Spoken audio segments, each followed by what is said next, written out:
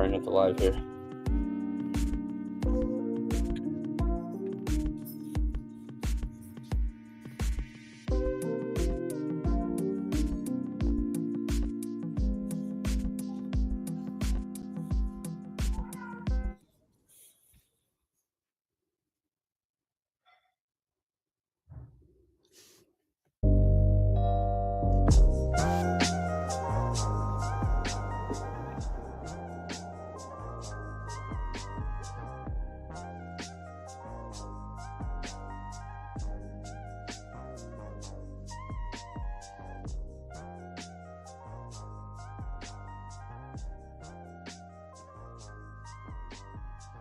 Good morning, everybody, and welcome to our Sunday morning live injury update show. Week 2 is here. We are fully in it with fantasy football. For you sickos out there, we're going to jump in, take a look at some injuries, some light, very light start-sit advice based on some of those injury designations. And not a ton to talk about this week, but we're still going to be here every Sunday. Getting you ready for your matchups and helping you make the best possible start and sit decisions to keep you winning your matchups. So let's get right into it. San Francisco versus New Orleans. Here we are again with the Niners. Brock Purdy out.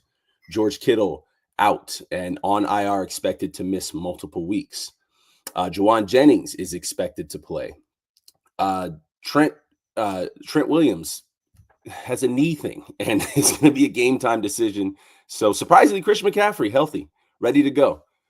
So smash that start on Christian McCaffrey, though, because we saw the volume last week. He didn't look as explosive as we've seen in his last healthy season.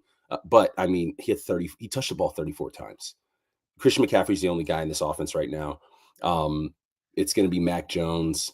It's going to be Ricky Pearsall, who didn't look terrible. And it's going to be, oh man, forgive me, Jake Tonjes at tight end playing for George Kittle. If you have Christian McCaffrey, you're starting Christian McCaffrey. Any other Niners, I'd stick away from this one. And then with New Orleans, hopefully you're not in a position where you have to start any Saints aside from Alvin Kamara. Chris Olave is healthy and seeing a lot of volume. Rashid Shaheed is healthy and saw pretty good amount of volume as well. But again, I'm not looking past anybody but Alvin Kamara, especially with guys like Olave and Rashid Shaheed. If you did draft them, most likely they were a bench player, a depth draft pick, probably not somebody you drafted to start unless you're in like a 14-team league, which sheesh. All right, LA versus Tennessee. For the Rams, Stafford's back looked good. Apparently Sean McVay wants to, put him in there for a tush push after having a back injury all offseason. But I mean, with these Rams, like Puka, after what I saw week 1, I don't ever want to see him on an injury list. I mean, the dude almost lost an eye and was just back out there bleeding from his forehead, getting cleaned up, going back out. The dude's an animal. But there are no injury designations for any of the offensive players on the Rams. Same for Tennessee. Hopefully Calvin Ridley can catch a pass, and then hopefully he can get some catches. We don't want to see Cam Ward's dad on an injury list with a heart condition after Calvin Ridley's dropping everything going his way. I don't expect to see that again, though. Just weird week 1 stuff. We don't see offenses really get it together now until about week 3. And you can chalk that up to less preseason action, even though the Bengals tried that this year and that didn't really change much. But I don't expect to see Calvin Ridley look like that this week. Hopefully they can get that offense together. But going against the Rams, so that's going to be a rough one. Cleveland versus Baltimore. The Browns, it's pretty clear in Cleveland today, although you may want to give a little more thought to a David Njoku start. Harold Fanning commanded a lot of targets last week. And if you took the strategy of drafting Njoku as your first tight end, and then you took a flyer a few rounds later on a guy like Tyler Warren, go ahead and start Tyler Warren. Start Tyler Warren. Don't even think about it. I know that was a lot of strategy for a lot of drafters, myself included. I did that in a couple leagues. Took David Njoku first. A couple rounds later, took Tyler Warren. Tyler Warren's your guy. So yeah, go ahead and give that a thought with David Njoku. Take a look at some other tight ends on your roster. Look at the matchup, and then make your decision there. With the Ravens, Isaiah Likely still ruled out in this matchup, and honestly, he can't come back soon enough. Mark Andrews, yikes! One catch last week, it might be over. And Likely finished this week with a limited practice on Friday. So his return next week is looking pretty likely. All right, Jacksonville versus Cincinnati. The Jags, no injuries here to discuss. But remember, Tank Bigsby is gone. Shipped out to Philadelphia to compete for the RB2 spot over there. Bashaw Tutin is now the clear-cut RB2 in Jacksonville. Travis Etienne is their guy. And we know that was mucked up a bit in the offseason. But Jacksonville, in just 1 week, has made the pecking order clear. Congratulations if you took Travis Etienne where he was going. In some drafts in Yahoo, I did a league in Yahoo. Tank Bigsby was going before Travis Etienne in ADP. I think in my league, Etienne and Bashaw Tutin were drafted before Travis Etienne. They were all kind of going next to each other in the same-ish round. So congratulations if you took Travis Etienne. I clowned on one of my buddies who took him as his second running back. He took Bijan in the first, did not draft a running back for another 9-10 rounds. Took Travis Etienne, and I was clowning him. And great pick, pickup. He is their guy. Like I said, the pecking order in this Jacksonville backfield is very, very clear. All right, with the Bengals, look, just start the guys. Don't get cute. I know it was a rough week 1. Don't overthink it. Joe Burrow, Chase Brown, Jamar Chase, T. Higgins, they are stars. They are fantasy superstars. Start your Bengals players. They do this every year. Even though they won last week, it doesn't feel like they won. They do it every year. Start your Bengals. All right. New York Giants versus Dallas. The Giants. Woof. Oh, man. Not much to discuss here. Tyrone Tracy's the guy in the backfield. He handled 74% of snaps compared to Cam Scatterbo's 12%. Malik Neighbors had the back injury. He's off the injury report. Good to go for Sunday. Start Malik Neighbors. Hopefully he's quarterback proof because we all saw what Russell Wilson looked like. Russell Wilson looked like the worst quarterback in the league last week. Jackson Dart cannot get here soon enough. Brian Daboll's already getting criticized in the media. We got Draymond Green questioning Brian Daboll's coaching and calling for Jackson Dart. Now, Draymond Green's probably not the best football specialist, but I mean, come on, you're coaching for your job. Do not die on the Russell Wilson hill. And then the Cowboys, no injuries of note here, but guys, Javonte is a thing.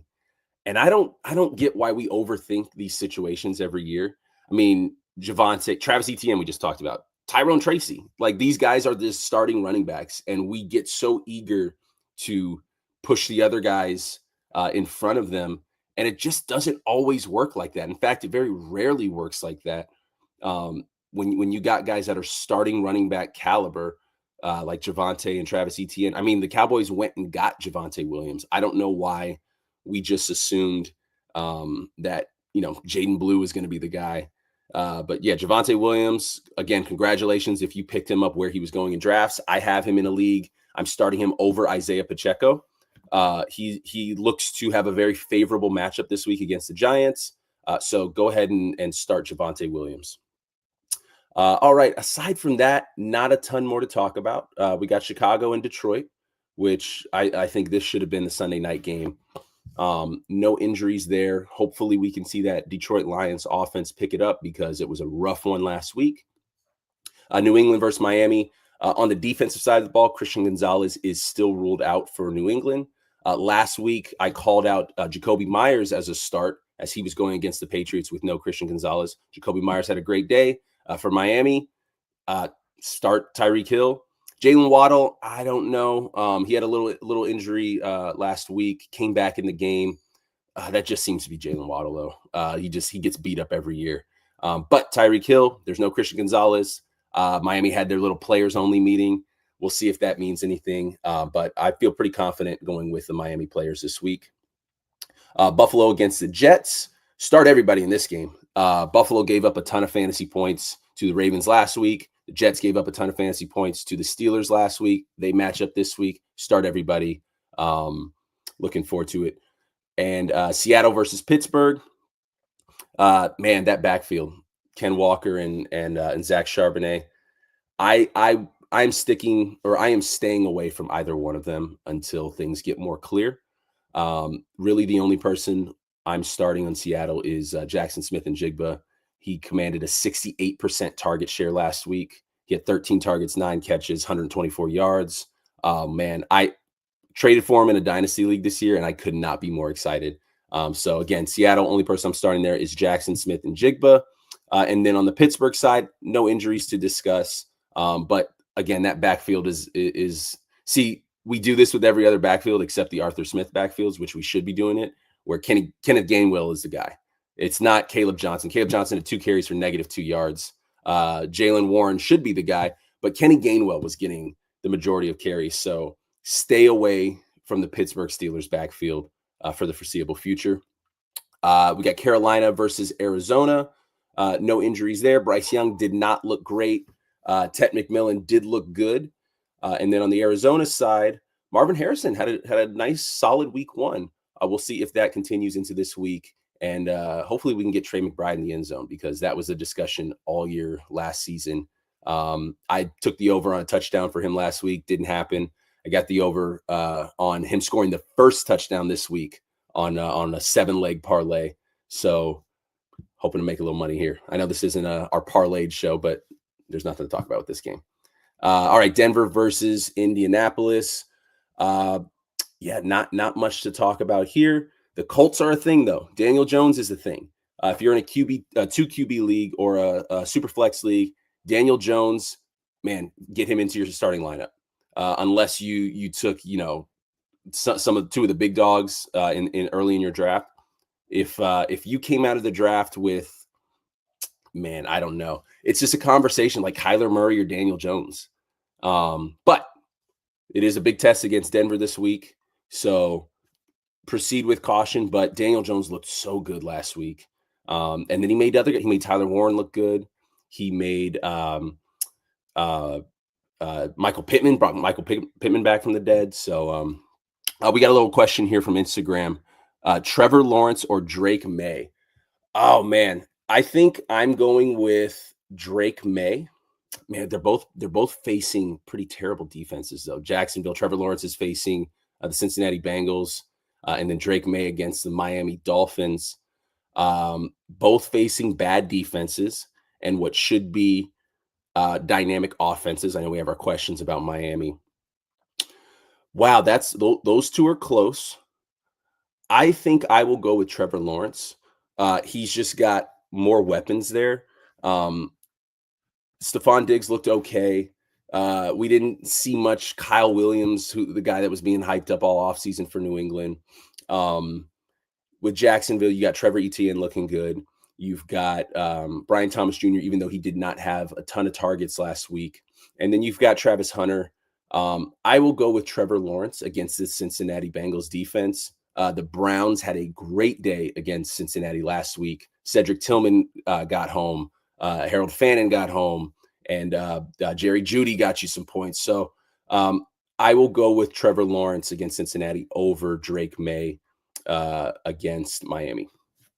Another question here, Jacoby Myers or Marvin Harrison Jr.? So Jacoby Myers, they are playing against the Chargers. I'm going Marvin Harrison for 2 reasons. Marvin Harrison going against Carolina, against Jacoby Myers going against the Chargers. The Chargers looked great. And on top of that, that is a Monday night. That's the second of the 2 Monday night games, Raiders and Chargers. I'm not going to leave my fantasy matchup to Jacoby Myers playing on a Monday night. I would rather, and this is just me, do what you want here, but for the sake of this question, I would rather start Marvin Harrison. He's got the higher ceiling. Maybe Jacoby Myers has the higher floor, but I'm going to always start the guy who has the higher ceiling. And then I'm always going to look at situations like this where do I really want to watch Monday night's game, be down 16 and hope I get 17 from Jacoby Myers? I don't want to do that. I'd start Marvin Harrison Jr. here over Jacoby Myers. All right, back to the slate. Last game here for the afternoon, or the 1:25 Pacific time slate. Eagles versus Kansas City. Nothing of note on the Eagles side, but we all know Kansas City, Xavier Worthy ruled out. Rashee Rice still suspended. Travis Kelce did not look great. Isaiah Pacheco did not look great. Kareem Hunt did not look great. Patrick Mahomes, the only guy who looked good there. Fed the ball to Hollywood Brown. If I remember correctly, he had 13 targets last week. Didn't look. It wasn't incredible. Not a big average depth of target until he had a bomb there. At one point, he had 8 catches for 38 yards. And then he caught a 40-yard catch after that, so made his day look a little bit better. I don't know. Philadelphia got a little carved up, though, week 1 by Dak Prescott. So if you are forced to start Hollywood Brown, I would go ahead and do it. If you did draft Rashee Rice, if you did draft Xavier Worthy, and you were able to pick up Hollywood Brown off the waiver wire, go ahead and start him.